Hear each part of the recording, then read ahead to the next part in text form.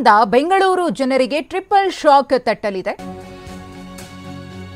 Silicon city ಮಂದಿಗೆ ನಾಳೆಯಿಂದ triple shock.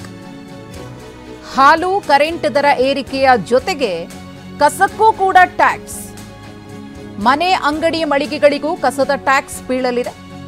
ಪ್ರತಿ ಕೆಜಿ ಕಸಕ್ಕೆ 12 ರೂಪಾಯಿ ತೆರಿಗೆ ವಸೂಲಿ ಮಾಡಲಾಗುತ್ತೆ. ಕಸದ ತೆರಿಗೆಯ ಮೂಲಕ 600 ಕೋಟಿ ಆದಾಯದ ನಿರೀಕ್ಷೆಯನ್ನ ಇಟ್ಟುಕೊಳ್ಳಲಾಗಿದೆ. ನಾಳೆಯಿಂದ ಕಸ ಸಂಗ್ರಹಕ್ಕೆ ಸೆಸ್ ಏರಲಿರುವ ಬಿಬಿಎಂಪಿ ಪ್ರತಿ ತಿಂಗಳು ಕಸ ಸಂಗ್ರಹಕ್ಕೆ ಮತ್ತು ವಿಲೇವಾರಿಗೆ ವೆಚ್ಚ ತಗುಲಲಿದೆ. ಆಸ್ತಿ ತೆರಿಗೆಯ ಜೊತೆಯೇ ಕಸದ ಸೆಸ್ ವಸೂಲಿಯನ್ನ ಮಾಡೋದಕ್ಕೆ ಬಿಬಿಎಂಪಿ ಮುಂದಾಗಿದೆ. ಕಟ್ಟಡದ ವಿಸ್ತೀರ್ಣದ ಮೇಲೆ ಕಸಕ್ಕೆ ಟ್ಯಾಕ್ಸ್ ವಸೂಲಿ ಮಾಡಲಾಗುತ್ತೆ. ಈಗಾಗಲೇ ಪಾಲಿಕೆ ಬಜೆಟ್ನಲ್ಲೂ ಕೂಡ ಈ ವಿಚಾರ ಪ್ರಸ್ತಾಪ ಆಗಿದೆ.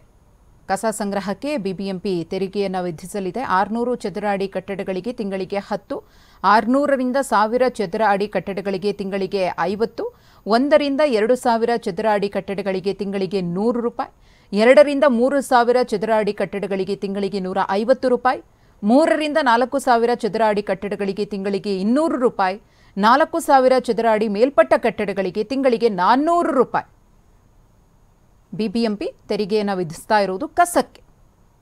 ಸಿಟಿ ಜನರಿಗೆ ನಾಳೆಯಿಂದ ಹಾಲು ಕರೆಂಟ್ ಜೊತೆಗೆ ಕಸದ ಟ್ಯಾಕ್ಸ್ನ ಶಾಕ್ ಕೂಡ ತಟ್ಟಲಿದೆ.